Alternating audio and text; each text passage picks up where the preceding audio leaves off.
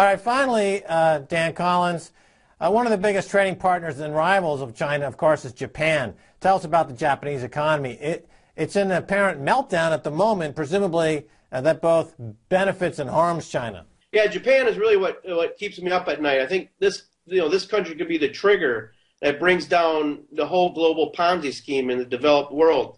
I've always been a proponent of Japan. I always thought, I would tell people, look, they have an industrial economy, they export, and where would you rather live, Hiroshima or Detroit?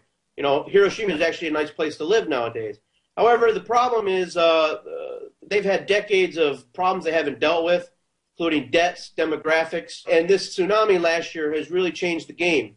They have 2 nuclear reactors now working out of a total 54, and without electrical capacity, you lose your industrial capacity. Industrial capacity takes around half of the electrical grid in a manufacturing country.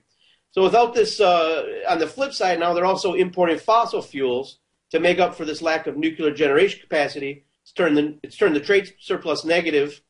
And then we go down to the demographics. 1 out of 4 people in Japan is over 65.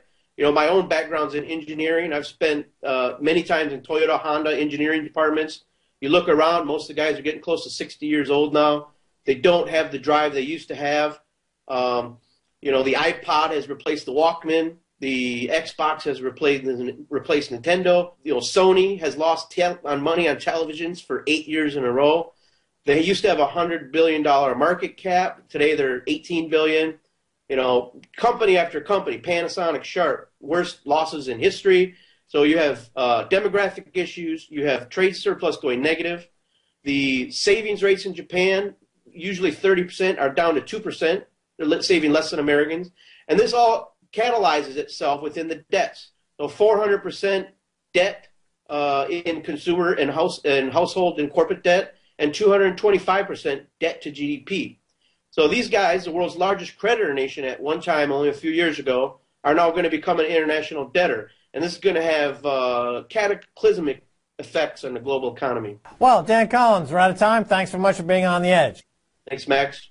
All right, that's going to do it for this edition of On the Edge with me, Max Kaiser. I want to thank my guest, Dan Collins. If you'd like to send me an email, please do so at ontheedge@presstv.com. Until next time, Max Kaiser saying bye, y'all.